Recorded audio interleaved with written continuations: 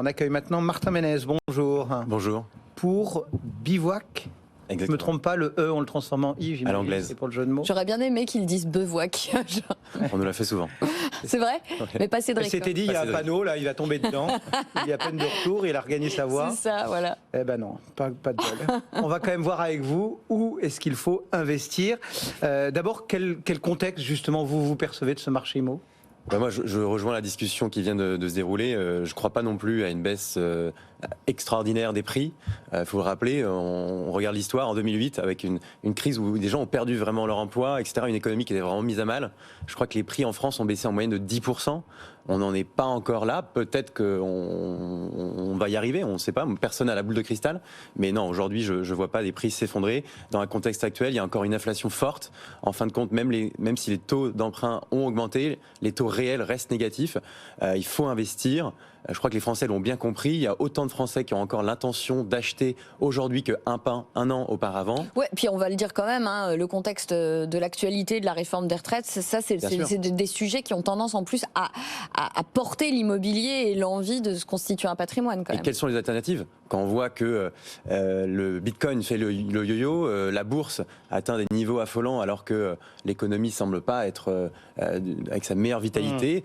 Donc voilà, l'immobilier, on sait que ça reste un placement très peu volatile. Donc vous prônez l'investissement. Oui. Mais alors, il faut quand même, sans mauvais jeu de mots, des clés pour investir au bon endroit, dans de bonnes conditions, dans le bon bien. Qu'est-ce que vous pouvez nous proposer ?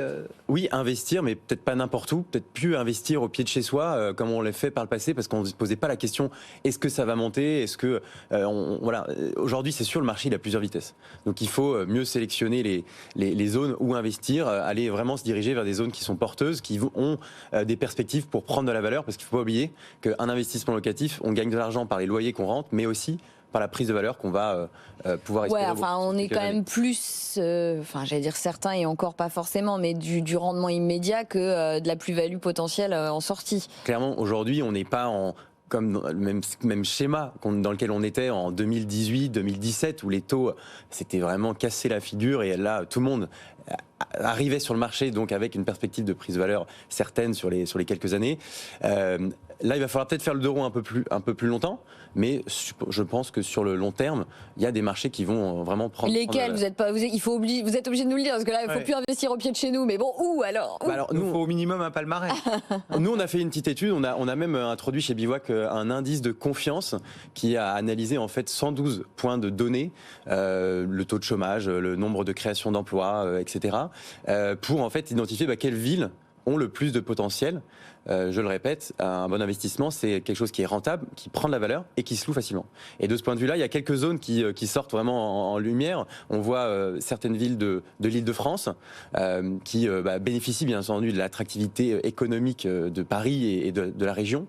Et puis il y a d'autres villes, je pense à Marseille, je pense à Dijon, Poitiers, qui sont des villes qui occupent le top 5 des grandes villes où investir aujourd'hui, parce qu'il y a tous les éléments réunis visiblement pour... Mais c'est intéressant ce que vous dites, parce que c'est vrai que... Alors moi, c'est ma petite enquête, et je pense qu'on va le voir dans les prochains mois, c'est est-ce que certaines villes dont on parlait peu et dont on a beaucoup parlé du coup ces 2-3 dernières années, qui ont eu des hausses de prix à 2 chiffres chaque année depuis le Covid, là, est-ce qu'elles vont pas littéralement s'effondrer ? Parce que vous parlez du dynamisme économique, moi je m'interroge sur des prises de valeur. On a beaucoup dit non, il n'y a pas de bulle immobilière à Paris. Évidemment qu'il n'y a pas de bulle immobilière à Paris, c'est Paris. Mais en revanche, est-ce qu'on a eu des petites bullettes ? Et justement, c'est mon sujet, c'est que là, vous nous pointez des villes qui ont quand même effectivement des fondamentaux économiques en termes d'emploi, de tissu entrepreneurial, etc. Est-ce que vous avez réussi à identifier à l'inverse des villes dont il faudrait quand même un peu se méfier ? Bordeaux, l'hyper-centre-ville de Lyon, Strasbourg sont des villes qui ont énormément progressé sur les 5 dernières années, et c'est dans ces cœurs de villes-là qu'on voit les premières corrections. Donc les prix baissent en hyper-centre-ville, mais ça reste à mon avis pas une mauvaise idée d'investir en périphérie de Lyon. Je pense à des villes comme Oullins, on a installé un métro il y a quelques années, mais ils sont en train encore de prolonger ces infrastructures. Villeurbanne qui reste vraiment quasiment intégrée à la ville de Lyon, qui est vraiment proche banlieue. Donc, Mais quand je vous parle par exemple, à l'inverse, je vous dis Perpignan, Reims, je dis pas que ces villes sont pas bien, hein, mais on a vu des hausses de prix complètement incroyables. Est-ce que vraiment il y a une demande locative par exemple pour faire un investissement là-bas ? Alors Perpignan, non. Perpignan, c'est une ville où il y a 15% de la population qui est qui vit en dessous du seuil de pauvreté. Donc clairement, c'est peut-être pas de mon vivant que j'investirais à Perpignan, mais par exemple une ville comme Dijon bénéficie d'un effet de ruissellement, de la hausse des prix qui a été folle à Lyon. Je soupçonne qu'il y a beaucoup de ménages en fait qui décident de s'exiler entre guillemets à quelques heures d'une ville qui est relativement bien desservie et avec un dynamisme en plus qui plus est un patrimoine sympa. Donc des prix qui sont clairement en train d'être à la hausse, malgré le contexte. N'empêche que pour terminer, il y a aussi la typologie du bien.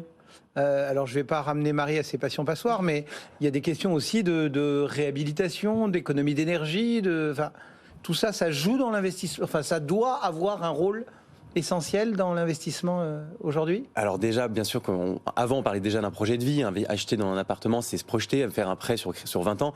Bien sûr, on n'y va pas les yeux fermés, mais alors là, il faut être encore plus pointilleux sur l'appartement, la typologie de biens qu'on sélectionne, comme vous le dites. Le vrai Big Bang sur ce marché de l'ancien, finalement, c'est la rénovation énergétique. Et nous, on l'a constaté, il y a certains types de biens, notamment les biens sous pente, sur lesquels on ne se dirige plus du tout. La raison, elle est très simple, c'est la méthode de calcul du diagnostic de performance énergétique, voilà, où on vient diviser les émissions, enfin, l'énergie consommée par l'appartement, par la surface habitable, la surface où on a une hauteur sous plafond minimum de 1,80 m. Donc vous avez un appartement 20 mètres carrés, Carrez, qui est équivalent à cette surface-là, et 50 mètres carrés habitables. Bien sûr, vous avez un volume d'air à chauffer beaucoup plus important. Vous avez beau isoler, mettre du 12 cm de placo plus fibre, je ne sais quoi, changer tous les appareils de chauffage, vous n'arrivez pas à rattraper la note DPE. Mais donc, du coup, pour vous, ça veut dire quoi? Ça veut dire que quand on investit aujourd'hui, faut aller où? J'évite vous dites pointilleux, ça veut dire quoi? Je les évite, les passoires? Je les prends, j'en fais une opportunité? C'est quoi le sujet? Je crois que, donc, on a parlé de la ville, la zone où investir, qu'il faut vraiment se poser et réfléchir. Est-ce que la zone que je cible est dynamique sur le long terme? Ensuite, c'est évidemment la typologie de biens. Les biens sous pente, aujourd'hui, j'ai pas de solution, donc on n'y va pas. Ensuite, s'il y a un bien qui arrive sur le marché avec une note quand même dégradée en DPE, F ou G, on commence à voir des baisses de prix intéressantes et on commence à voir que ces biens-là, ils restent plus longtemps sur le marché, ils ont vraiment plus de mal à sortir. Donc je pense qu'on va avoir des vrais pouvoirs, un vrai pouvoir de négociation. Et après, c'est tout un calcul. On a fait aussi des modélisations pour passer d'une classe G à une classe B avec la main-d'œuvre. Il faut au minima 600 à 700 euros du mètre carré en budget travaux rénovation.